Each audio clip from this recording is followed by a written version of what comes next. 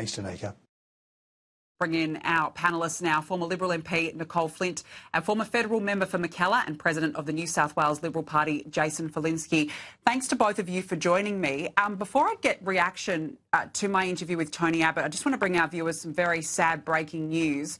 Former Liberal MP Katie Allen has passed away. In a post shared to X, her family said, "With a heavy heart, we announce the passing of our beloved Katie. She spent her life caring for others as a mother, doctor, professor, MP and friend. She is deeply loved. She passed in peace, surrounded by family and lived a full, beautiful life all the way to the end." I know that both of you knew Katie Allen. She was, of course, a doctor turned politician who had a terrific career. Nicole, what's your reaction to the news? Well, just when you thought that 2025 couldn't get any worse, it did. This is just really, really, really tragic and sad. Katie was only 59 years old. She was such an incredible lady, paediatrician, professor, medical researcher. I served with her between 2019 and 2022 when I retired from federal parliament, and she was just a really lovely, passionate, incredibly hardworking lady, and I'm just heartbroken for her husband Malcolm and her 4 kids. And I've just found out about this, so yeah, it's a lot. I'm just what a tragedy and what a loss to the nation and of course to her family. She was an incredible woman. She really was, and just such a strong advocate for her community too. Jason, I know that you knew her personally as well. I mean, this is just terrible news for the Liberal Party. Not only that, Danica, it's terrible news for the country. I mean, I agree with everything that Nicole just said and more. She was a fierce warrior in the parliament for making Australia a better place, for honesty, for intellectual honesty. She didn't care who she offended. She was only interested in the truth, and she held herself and those people around her to very high standards. And that's how you knew you were a friend of Katie's, because she would hold you to a higher standard than others. She ran again for Parliament and wasn't successful in May this year. She announced shortly thereafter that she had cancer. And I don't know why, but I always thought she'd get through it. So this is devastating news, yes.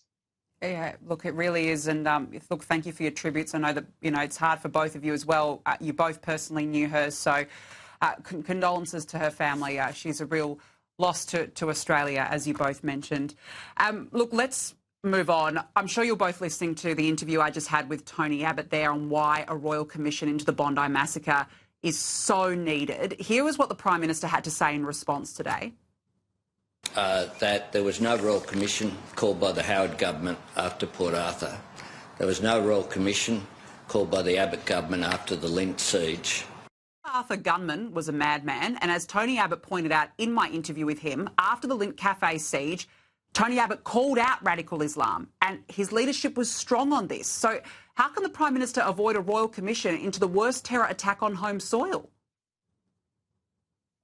Well, that's right. And he can avoid it, but the Australian people will judge him accordingly.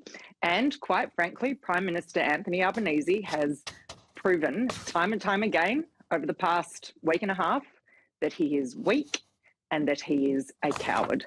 This is the worst terror attack Australia has ever seen.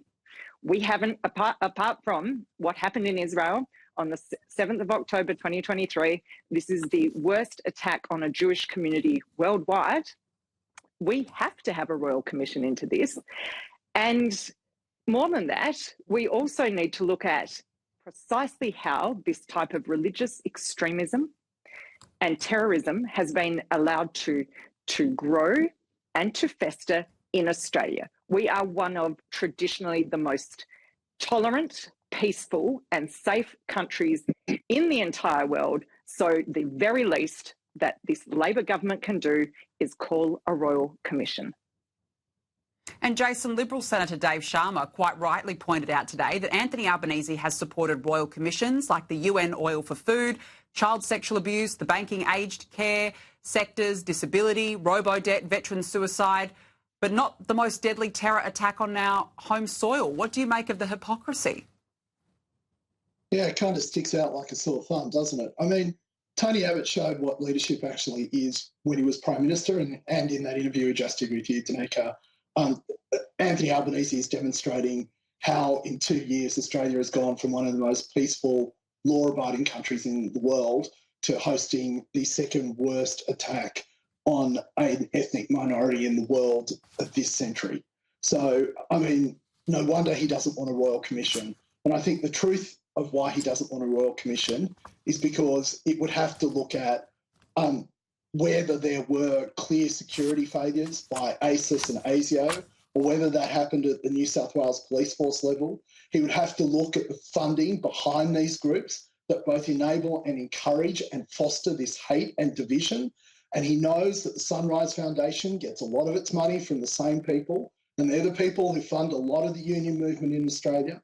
And he knows that a lot of the groups that are operating on university campuses across Australia have very close ties to the union movement and to the Labor organisation, and he doesn't want any of that exposed. So he has to take the political hit rather than risking the truth being exposed.